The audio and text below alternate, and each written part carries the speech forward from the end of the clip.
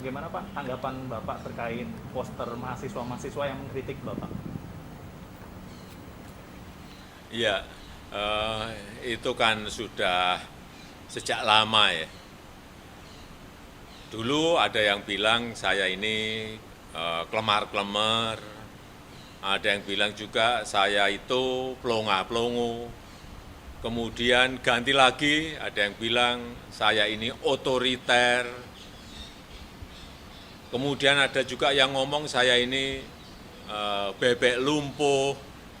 Dan baru-baru ini ada yang ngomong saya ini Bapak Bipang, dan terakhir ada yang menyampaikan mengenai the king of lip service.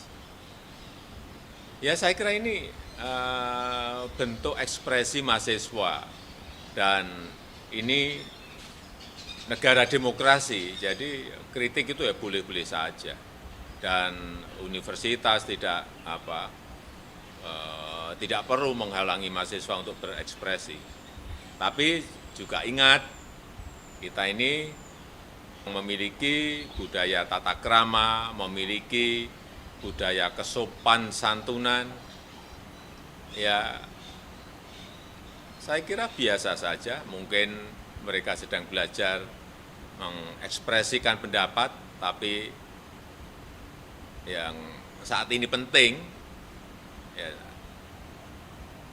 kita semuanya memang bersama-sama fokus untuk penanganan pandemi COVID-19. Terima kasih. Terima kasih Pak.